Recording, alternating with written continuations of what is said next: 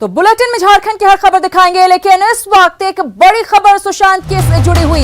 Sushant case पर इस वक्त की सबसे बड़ी खबर, जी हां, महाराष्ट्र के गृह मंत्री अनिल देशमुख का बयान इस मामले में सामने आया है। मुंबई पुलिस केस की जांच करने में सक्षम है, ये कहा गया है। किसी भी हाल में केस सीबीआई को नहीं दिया जाएगा।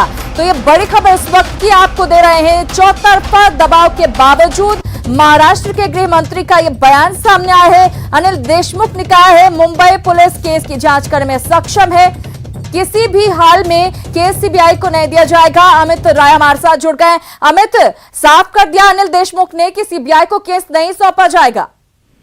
देखिए, निश्चित तौर पर उन्होंने साफ कह दिया कि मुंबई पुलिस सक्षम है इस पूरे मामले में जांच करने के लिए और जांच जो है सही दिशा में चल रही है। किसी भी मामले में सीबीआई को ये केस जो है किसी भी हाल में सौंपा नहीं जाएगा। यानी महाराष्ट्र गवर्नमेंट ने साफ कर दिया गया है कि ये मुंबई पुलिस ही जांच करेगी, सीबीआई के पास ये केस नहीं जाएगा। बिल्कुल, लेकिन अमित, एक झटका ऐसे कह सकते हैं सुशांत के परिजनों को, और सुशांत के परिजनों को नहीं भी तो जो लोग, जो फैंस हैं, जो तमाम वो लोग हैं जो मांग कर रहे थे सीबीआई जांच की, उनको झटका लगा है।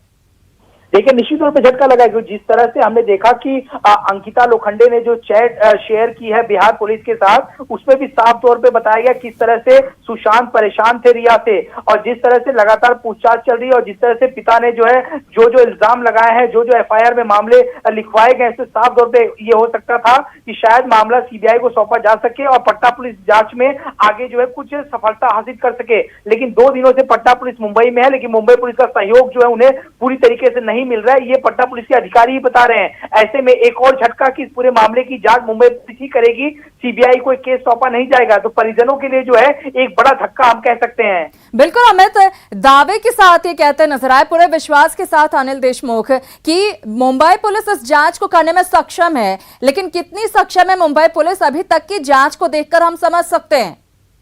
देखिए, जब चिराग पासवान ने परसों शाम को मुख्यमंत्री उद्धव ठाकरे से बात की थी तो उद्धव ठाकरे ने भी यही कहा था कि कई लोगों से पूछताछ जारी है और जिन जिन की जरूरत पड़ेगी उनसे पूछताछ जो है किया जाएगा, और अगर हमें लगा कि सीबीआई जांच की जरूरत है तो वो खुद इस बात का अप्रूवल दे देंगे। तो उसी समय इस बात से साफ हो गया था कि मुंबई पुलिस ही इस पूरे मामले की जांच करेगी, सीबीआई को जिम्मा नहीं सौंपा जाएगा। लेकिन जिस तरह से 2 दिनों से पटना पुलिस मुंबई में और जिस तरह से प्रेशर लगातार हो रहा है कि राजनीतिक गलियारों में हर पार्टी जो है इसके विरोध में कह रही है कि आखिरकार महाराष्ट्र सरकार क्यों नहीं सौंप रही है इस पूरे मामले को, तो इसके लिए एक बैठक। बिल्कुल अमित, और जिस तरीके से पटना पुलिस अभी भी सहयोग के इंतजार में है कि मुंबई पुलिस सहयोग करे तो जांच आगे बढ़ सके एफआईआर दर्ज होने के बाद, लेकिन मुंबई पुलिस का वो सहयोग मिला नहीं है। देखिए, ये जो बैठक अभी हुई है वो मुख्यमंत्री के साथ हुई, उद्धव ठाकरे के साथ, जहां पे होम मिनिस्टर थे, डीजीपी थे, कमिश्नर थे, उनके वर्षा बंगलो बैठक हुई है। तो सारी चीजों को अपडेट किया गया और ये मुख्यमंत्री को ब्रीफिंग दी गई है कि इस पूरे मामले मुंबई पुलिस सही दिशा में चल रही है। मैं आपको बताऊं कि पटना पुलिस के जो सूत्र हैं उन्होंने हमें ऑफ रिकॉर्ड ये बताया है मुंबई में कि जिन जिन लोगों का जिक्र किया है सुशांत के पिता ने, उन सबसे पूछताछ की जाएगी। 20 लोग जो है शॉर्ट लिस्टेड किए गए हैं। अब देखने वाली बात यही होगी कि जांच में कुछ अंतर आता है या फिर नहीं। बहुत धन्यवाद अमित आपका इस जानकारी के लिए। क्या कुछ अनिल देशमुख ने क्या वो सुनाते हैं। गृह मंत्री, मैं बताना चाहता हूं कि सुशांत सिंह राजपूत का जो केस है उसको मुंबई पुलिस तहकीकात उसकी कर रही है और कोई भी हालत में सीबीआई को ये केस देने का कोई प्रश्न नहीं उपस्थित। अनिल देशमुख ये साफ करते हुए कि सीबीआई को ये केस नहीं सौंपा जाएगा, लेकिन अभी तक जो रवैया मुंबई पुलिस का है उसको देखकर कुछ और ही नजर आ रहा है। अब जांच किस ओर जाएगी ये बताने की जरूरत नहीं। खैर, झारखंड की खबरों की ओर रुख करते हैं। गोड्डा सांसद निशिकांत दुबे और सीएम हेमंत सोरेन के बीच सियासी संग्राम तेज हो गया है। 7 साल पुराने एक मामले को लेकर झारखंड की सियासत में भूचाल आ गया है। सत्ता पक्ष और प्रतिपक्ष के बीच जुबानी तलवारें खिंच गई हैं।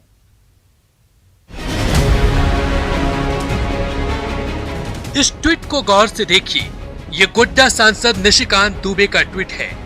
ट्वीट में सांसद निशिकांत दुबे ने महाराष्ट्र के गृह मंत्री अनिल देशमुख को टैग करते लिखा, महाराष्ट्र के गृह मंत्री अनिल देशमुख जी मुंबई शहर में 2013 में झारखंड के तत्कालीन मुख्यमंत्री हेमंत सोरेन जी पर एक लड़की ने बलात्कार, अपहरण के आरोप लगाए। सुप्रीम कोर्ट के आदेश के मुताबिक समझौते से भी ये आरोप बंद नहीं हो सकता है।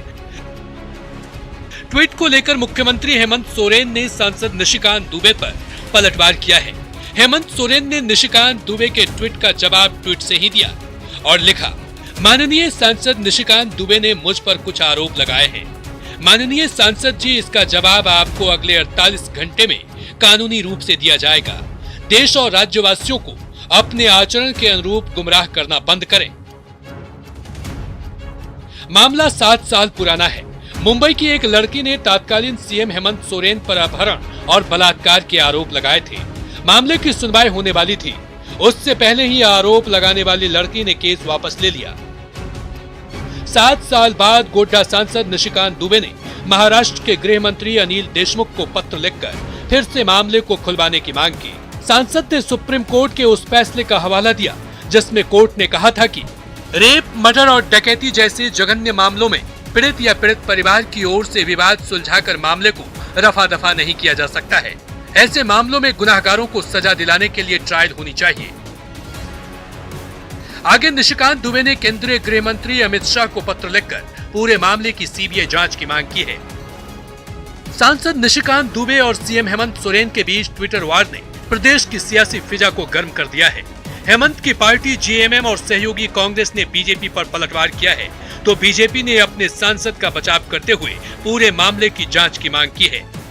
झारखंड सरकार ने ये निर्णय लिया कि हम कमर्शियल माइनिंग के खिलाफ सुप्रीम कोर्ट में जाएंगे, तो ये तिलमिलावट। आज जहां पर उसके हाथ डाला गया है, अब उससे उसको घबराहट महसूस हो रहा है और घबराहट में लोग जो अनम खराब बोलते हैं, बस उसी तरह का हरकत कर रहे हैं। निशिकांत दुबे जी सांसद हैं, लोकसभा के सदस्य रहे, 2 बार वरिष्ठ नेता हैं। अगर कोई बात कह रहे हैं तो उस विषय का जांच होना चाहिए। इतना बड़ा सांसद अगर कोई बात कह रहे हैं तो कुछ बातें होंगी और उसका जांच होना चाहिए।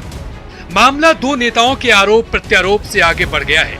सत्ता पक्ष और प्रतिपक्ष आमने सामने है और ट्विटर वार से आगे बढ़ते हुए कानून के दरवाजे तक पहुंचता दिखाई दे रहा है। रांची से संजय सिन्हा के साथ ब्यूरो रिपोर्ट, न्यूज़ 18। अब सभी को मुख्यमंत्री के जवाब का इंतजार है कि कानूनी तौर पर वो क्या जवाब देते हैं। इधर मुख्यमंत्री हेमंत सोरेन के ओएसडी रहे गोपाल जी तिवारी की मुश्किलें बढ़ती दिख रही हैं। आय से अधिक संपत्ति अर्जित करने के आरोप में फंसे गोपाल जी तिवारी के खिलाफ शिकायत मिलने के बाद मुख्यमंत्री हेमंत सोरेन ने एसीबी को आरंभिक जांच के आदेश दिए हैं। मुख्यमंत्री के आदेश पर एसीबी ने पी दर्ज कर जांच शुरू कर दी है। इस मामले में एसीबी की टीम ने आज शिकायतकर्ता राजीव कुमार से स्टेटमेंट भी लिया।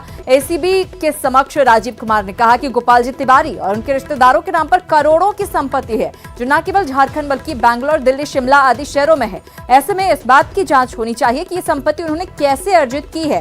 सीएम के ओएसडी से हटने के बाद गोपाल जी तिवारी वर्तमान में पथ निर्माण विभाग में संयुक्त सचिव के पद पर हैं।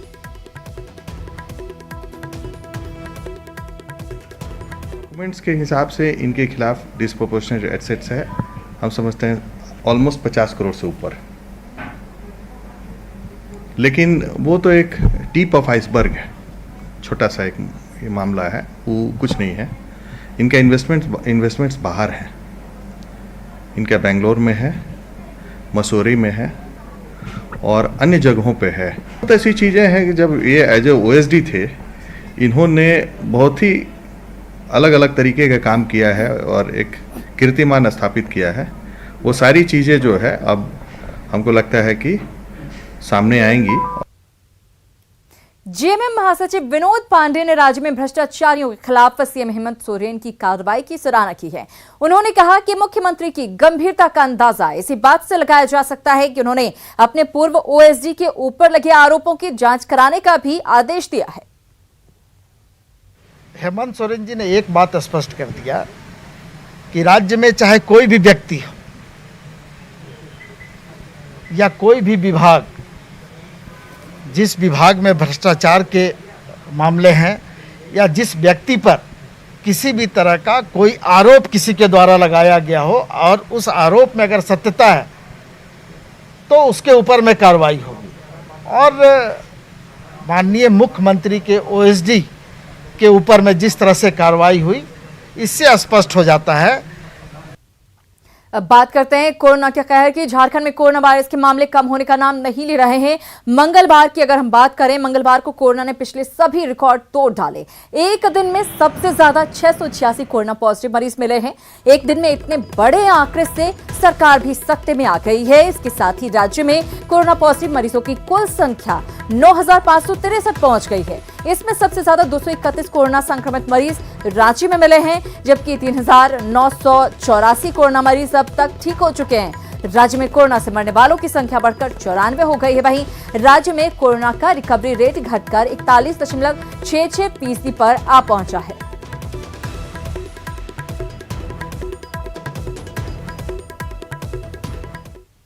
और मुख्यमंत्री हेमंत सोरेन ने आज पलामू में मेडिकल कॉलेज के नवनिर्मित बायोलॉजी और कोविड-19 प्रयोगशाला का ऑनलाइन उद्घाटन किया। प्रोजेक्ट भवन से प्रयोगशाला का ऑनलाइन उद्घाटन करते हुए मुख्यमंत्री ने कहा कि संथाल और राज्य के अन्य क्षेत्रों में भी जल्द ऐसी व्यवस्था की जाएगी। पलामू में आधुनिक प्रयोगशाला खुल जाने से अब वहां के लोगों को कोरोना जांच के लिए इंतजार नहीं करना पड़ेगा। उद्घाटन कार्यक्रम में स्वास्थ्य मंत्री बन्ना गुप्ता के अलावा राज्य सरकार के कई आला अधिकारी मौजूद रहे। वहीं पीएमसीएच में उद्घाटन कार्यक्रम में डीआईजी राजकुमार लकड़ा, उपायुक्त शशि रंजन, एसपी अजय लंडा और छतरपुर विधायक पुष्पा देवी समेत कई लोग मौजूद रहे। एक बेहतरीन और आधुनिक प्रयोगशाला जो काफी हाई एंड का वो लेबोरेटरी है, जो आज हम लोगों को पलामू प्रमंडल में पलामू मेडिकल कॉलेज को हम लोगों ने सुपुर्द किया है। इधर स्वास्थ्य मंत्री बन्ना गुप्ता ने आज खेलगांव स्थित आइसोलेशन वार्ड का निरीक्षण किया और सुविधाओं का जायजा लिया। उन्होंने पुरुष और महिला वार्ड में पानी की उपलब्धता, शौचालय की साफ सफाई समेत सुरक्षा की समीक्षा की। खाने पीने, नाश्ते समेत दूसरी तमाम सुविधाओं को लेकर जरूरी दिशा निर्देश दिए। उन्होंने लोगों को भरोसा दिलाया कि राज्य में कोरोना बेड की कोई कमी नहीं होगी।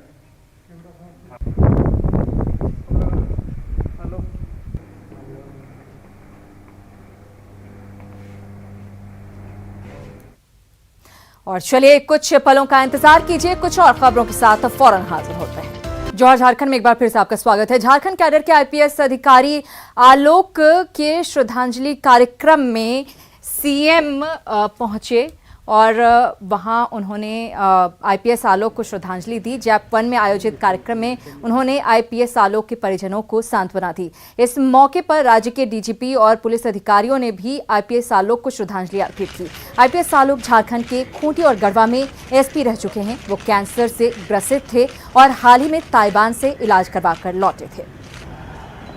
हम सब लोग पुलिस परिवार के हैं और आलोक जी हम लोगों को बीच रास्ता में छोड़ के चले गए। ये दुख की घड़ी में सारे लोग हम उनके परिवार के साथ है और आगे भी जो भी उनके कोई सामने दिक्कतें दिखेगी उसको हम लोग दूर करेंगे और सरकारी नियम के अनुसार जो भी देय होगा वो।